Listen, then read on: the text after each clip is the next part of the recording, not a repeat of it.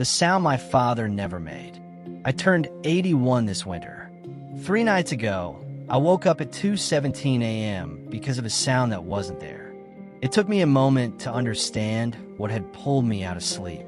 The house was still. The heater clicked softly in the hallway. My clock glowed green in the dark. Nothing unusual, and yet something felt wrong. Then I realized what it was. Silence. Not ordinary silence. The kind that presses against your ears. The kind that makes you aware of everything you never heard. I lay there staring at the ceiling and understood something that had followed me my entire life. I have no memory of my father's laughter. Not one. I can remember the color of his shirts. I can remember the smell of his aftershave. I can remember the sound of his boots when he came home. But I cannot remember him laughing. And that absence shaped me more than I ever admitted. My father was a respected man. People stood straighter when he entered a room. He worked hard. He provided. He never missed a bill payment. Never raised a hand to me. He believed in discipline. He believed in order. He believed in control. He did not believe in softness. At least, not where I could see it. When I was 5, I tripped in the driveway and split my knee open on the gravel. I remember sitting there stunned, watching the blood run down my shin. I didn't cry right away. I looked toward the garage where my father was working. He walked over slowly, assessed the damage, picked me up, and carried me inside. He cleaned the wound carefully, wrapped it tight. Then he said, "You're fine." Not cruel, not cold, just finished. I waited for something else. A smile, a ruffle in my hair, a small joke to make me forget the sting. Nothing came, and children notice what doesn't come. In school, I became the quiet one. Not shy, not scared, just careful. I watched how other fathers picked their kids up, clapping loudly at soccer games, teasing them in the parking lot, throwing arms over shoulders. Mine stood with his hands behind his back. If I scored a goal, he nodded once. That nod became everything. I lived for it. When you grow up on measured approval, you learn to survive on crumbs. I brought home straight A's. He said, "Good." I brought home a trophy. He said, "As expected." I once asked him if he was proud of me.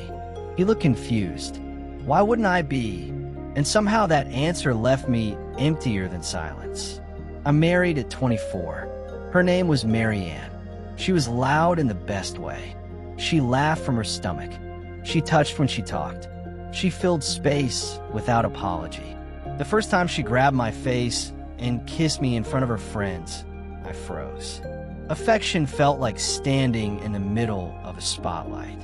I didn't know where to put my hands. She used to say, "You're hard to read." I didn't mean to be. I simply never learned the language. When our first son was born, the nurse placed him in my arms.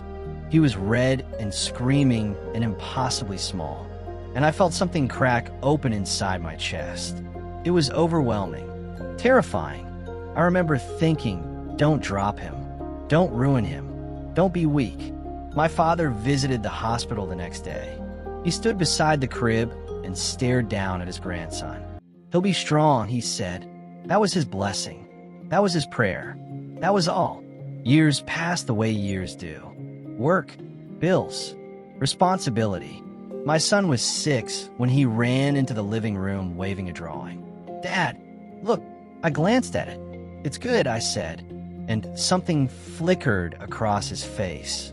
It lasted less than a second, but I saw it, and for the first time in my life, I felt afraid of myself, because I just heard my father's voice come out of my mouth. My father died at 68. Stroke. Quick. Efficient. Like everything else about him. At the funeral, men spoke about his reliability, his strength, his steadiness. No one mentioned warmth. No one mentioned joy. I stood by the casket and tried to summon a memory of him laughing. Nothing came. Not even an echo. That night, I went home and sat alone in my car for nearly an hour before going inside. I didn't cry. I didn't know how.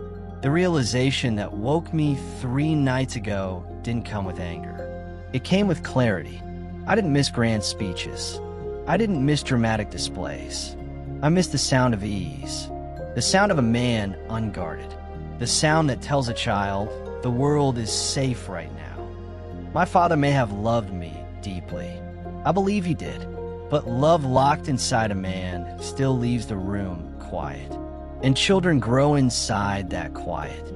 Yesterday, my grandson spilled juice across my kitchen floor. He froze. I saw it instantly. The fear of reaction, the calculation, the waiting. Time folded. I saw myself at 5, at 10, at 16. I knelt down beside him. And before I even thought about it, I laughed. Not loudly, not dramatically, but freely. It's just juice, I said. We'll clean it. His shoulders dropped. Relief flooded his face. And in that moment, I understood something at 81 that I should have known at 8. Children don't need perfection. They need permission. Permission to be messy. Permission to fail. Permission to be human. And sometimes that permission comes in the form of a laugh. My father gave me strength. He gave me discipline. He gave me resilience. But he never gave me ease. And I had to learn that on my own. It took me 8 decades.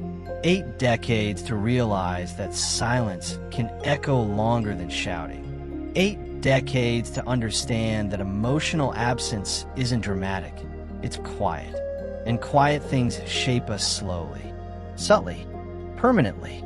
If you grew up in a home where everything functioned but nothing flowed, if you were raised by people who provided but never softened, if you learned to measure yourself by performance instead of presence, listen to me carefully.